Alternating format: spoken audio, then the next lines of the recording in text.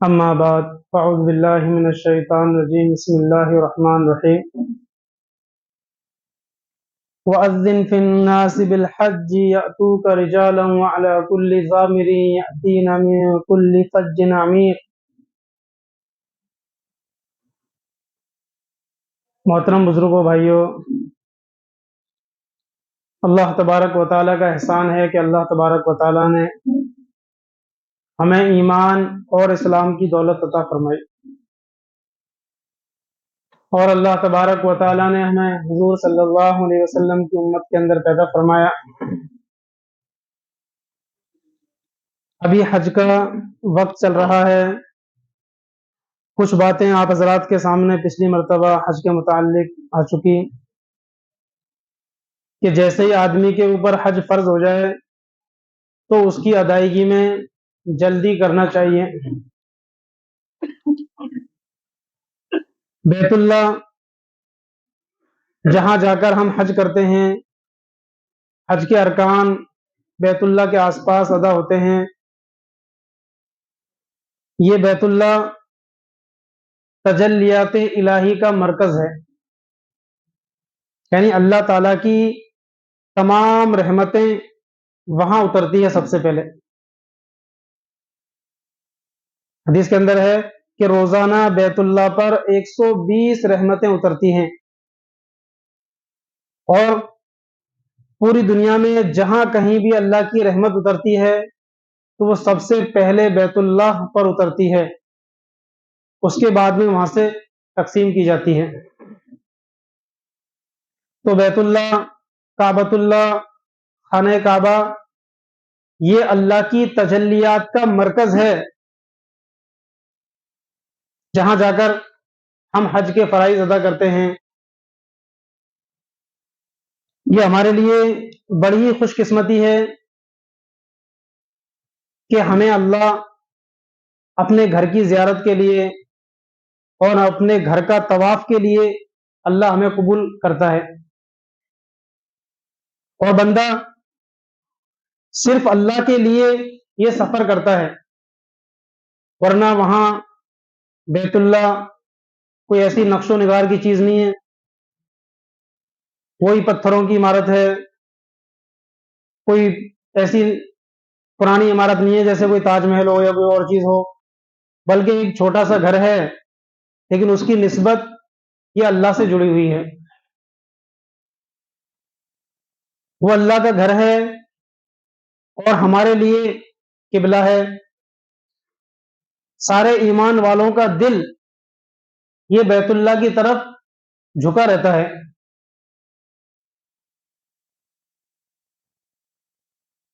جب اللہ تعالیٰ نے حضرت ابراہیم علیہ الصلوۃ والسلام اور حضرت اسماعیل علیہ الصلوۃ والسلام سے اپنے اس گھر کو تعمیر کروایا، اور حضرت ابراہیم علیہ الصلوۃ والسلام بیت اللہ کی تعمیر کرتے تھے اور اسماعیل علیہ الصلوۃ والسلام آپ کا ساتھ دیتے تھے، آپ کو سامان لا کر دیا کرتے تھے۔ جب ان دونوں حضرات نے بیت اللہ کو تعمیر کر کے تیار کر دیا تو پھر اس کے بعد میں انہوں نے اللہ سے دعا بھی کی، ربنا تقبل منا، کہ اللہ ہمارے اس عمل کو قبول فرما۔ معلوم ہوا کہ ہم اگر کوئی نیک عمل کریں، ہم اپنا کوئی فریضہ ادا کریں تو ضروری نہیں کہ وہ اللہ کے یہاں قبول ہو جائے۔ ہم نے نماز پڑھی، اب یہ ضروری نہیں کہ اللہ کے یہاں یہ نماز قبول ہو جائے۔ ہم نے روزہ رکھا، ضروری نہیں کہ اللہ کے یہاں یہ روزہ قبول ہو جائے۔ ہم نے حج کیا، ضروری نہیں کہ یہ حج اللہ کے یہاں قبول ہو جائے۔ نہ معلوم کتنی کمیاں رہ جاتی ہیں، کتنی خامیاں اور کتنی غلطی کوتاہیاں رہ جاتی ہیں، کیونکہ حج انسان عام طور پر پہلی مرتبہ کرتا ہے، اور پوری زندگی میں ایک مرتبہ ہی انسان کے اوپر فرض ہے، اور تو آدمی کو اس کے سیکھنے کا موقع بھی نہیں ملتا۔ نماز تو چونکہ آدمی کو روزانہ پڑھنی ہے، دن میں 5 مرتبہ پڑھنی ہے، روزہ انسان کو ہر سال رکھنا ہے، زکوٰۃ انسان کو ہر سال دینی ہے، لیکن حج چونکہ کافی دنوں کے بعد میں انسان کرتا ہے، ایک لمبے زمانے کے بعد میں انسان کے پاس میں حج کرنے کی صلاحیت، اس کی طاقت، اس کے سفر کا خرچ مہیا ہوتا ہے، تو اس کے اندر جو فرائض ہیں، واجبات ہیں، ان کو عام طور پر آدمی نہیں سیکھ پاتا یا ان کی رعایت نہیں کر پاتا، بہت ساری خامیاں رہ جاتی ہیں۔ تو ابراہیم علیہ السلام اور حضرت اسماعیل کے اس طریقے سے ہمیں پتہ چلا ہے کہ کوئی بھی عمل جب ہم کریں تو اس کے بعد میں اس عمل کے قبول ہونے کے لیے اللہ سے دعا بھی کریں۔ حالانکہ ابراہیم علیہ السلام نے جو کام کیا وہ تو ویسے ہی نیک کام ہے اور اللہ کے حکم سے کیا، بیت اللہ کی تعمیر کی، اللہ کے گھر کی تعمیر کی جو تمام مسلمانوں کا قبلہ ہے اور اللہ نے کروائی، تو یہ تو نیک عمل ہے، لیکن پھر بھی اس کے بعد میں اللہ سے دعا کی کہ اللہ ہم نے یہ نیک عمل کر تو دیا، لیکن کیا معلوم ہمیں تیری مرضی کے مطابق ہم نے کیا نہیں کیا، کس طریقے سے ہمیں کرنا چاہیے تھا، ہو سکتا ویسا ہم نے نہیں کیا، تو اس لیے اس کے بعد میں اس کے قبول ہونے کے لیے اللہ سے دعا بھی کی کہ اللہ اس کو قبول فرما۔ تو اس لیے آدمی اپنے ہر عمل کے بعد میں اس پر مطمئن ہو کے نہ بیٹھ جائے کہ میں نے تو اپنا عمل کر لیا، اب تو جو ہے قبول ہو گیا، بلکہ آدمی کو اللہ سے ڈرتے رہنا چاہیے کہ آدمی نے زندگی بھر نماز پڑھی لیکن کیا معلوم اللہ نے ایک بھی نماز قبول نہیں کی، کتنی کمیاں نماز کے اندر رہتی ہے۔ اللہ کے نبی صلی اللہ علیہ وسلم نے تو فرمایا کہ جیسا تم مجھے نماز پڑھتے دیکھتے ہو ویسا پڑھو، تو اللہ کے نبی صلی اللہ علیہ وسلم کیسی نماز پڑھتے تھے، نماز کے وقت آپ کا لباس کیا ہوتا تھا اور آپ کے اٹھنے بیٹھنے کے طریقے کیا ہوتے تھے، نیت ماننے سے لے کے سلام پھیرنے تک کیا کیسے کیسے عمل تھے سارے، وہ ہم سے نہیں ہو پاتے۔ تو اس لیے آدمی کو کسی بھی عمل کے کرنے کے بعد میں مطمئن نہیں ہونا چاہیے، بلکہ اللہ سے ڈرتے رہنا چاہیے کہ کیا معلوم یہ عمل ہمارا قبول ہو یا نہ ہو۔ تو اس لیے حضرت ابراہیم علیہ السلام کے عمل سے ہمیں پتہ چلتا ہے کہ چاہے کتنا ہی نیک عمل ہو، حج جیسا عمل جس کی بڑی فضیلت ہے، اللہ کے نبی صلی اللہ علیہ وسلم نے فرمایا کہ جس آدمی نے اللہ کے لیے حج کیا اور اس حج میں کوئی فحش بات نہیں کی اور کوئی فسق و فجور کا کام نہیں کیا، تو وہ حج کرنے والا ایسا ہے جیسا کہ وہ اس دن تھا جس دن اپنی ماں کے پیٹ سے پیدا ہوا تھا۔ لیکن اس کے اندر شرط لگائی کہ جس نے اللہ کے لیے حج کیا اور اس میں کوئی فحش کام نہیں کیا، یعنی فحش کام کوئی بھی گناہ کا کام، کوئی بھی بے حیائی بے شرمی کا کام، کوئی بھی اللہ کی نافرمانی نہیں کی، ایسا حج کیا، تو اس کی یہ فضیلت ہے۔ اب ہمیں تو پتہ ہی نہیں ہے کہ فرائض کیا ہیں، واجبات کیا ہے، ہمارا فرض چھوٹ رہا ہے، واجب چھوٹ رہا ہے، کیا چھوٹ رہا ہے۔ تو اس لیے آدمی جو بھی عبادت کرے سب سے پہلے اس کا علم حاصل کرے، اس کو سیکھے۔ بغیر علم کے اگر زندگی بھر عبادت کرتے رہے تو اللہ کے یہاں کوئی اجر و ثواب نہیں۔ ہم اگر نماز پڑھ رہے ہیں تو نماز کو ہمیں سیکھ کر پڑھنا ہے، ہم روزہ رکھ رہے ہیں تو روزے کو سیکھنا ہے، روزے کے مسائل کو سیکھنا ہے، زکوٰۃ دے رہے ہیں تو زکوٰۃ کے مسائل کو سیکھنا ہے، حج کر رہے ہیں تو حج کے طریقے کو سیکھنا ہے۔ سیکھ کر کرو گے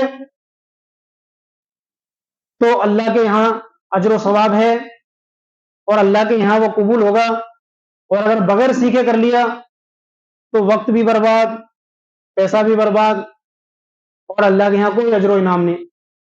تو اسی لیے تو اللہ کے نبی صلی اللہ علیہ وسلم نے علم کی بڑی اہمیت بیان فرمائی ہے، علم کو فرض کا درجہ دیا، جس طریقے سے نماز فرض ہے، روزہ فرض ہے، زکوٰۃ فرض ہے، حج فرض ہے، ایسے ہی علم کو فرض بتایا۔ طلب العلم فریضۃ علی کل مسلم، علم کا حاصل کرنا ہر مسلمان پر فرض ہے۔ اب کون سا علم؟ جو آدمی جو عبادت کر رہا ہے جس آدمی پر جو عبادت فرض ہے اس عبادت کا علم حاصل کرنا فرض ہے. جیسے ہی آدمی کے اوپر بالغ ہوتے ہی نماز فرض ہوئی، اب اس کو نماز کا علم حاصل کرنا فرض ہے اس کے اوپر. جیسے ہی آدمی کے اوپر روزہ فرض ہوا، روزے کا علم حاصل کرنا فرض. جیسے ہی آدمی صاحب نصاب ہوا اور اس پر زکوٰۃ فرض ہوئی تو اب زکوٰۃ کا علم حاصل کرنا فرض. جیسے ہی آدمی کے اوپر حج فرض ہوا تو اب حج کا علم حاصل کرنا فرض. آدمی نے کوئی کاروبار کرنا شروع کیا تو اس کا علم حاصل کرنا فرض. آدمی کسی عہدے پر پہنچا، کسی منصب پر پہنچا، کوئی ذمہ داری اس کو ملی تو اس کا علم حاصل کرنا فرض.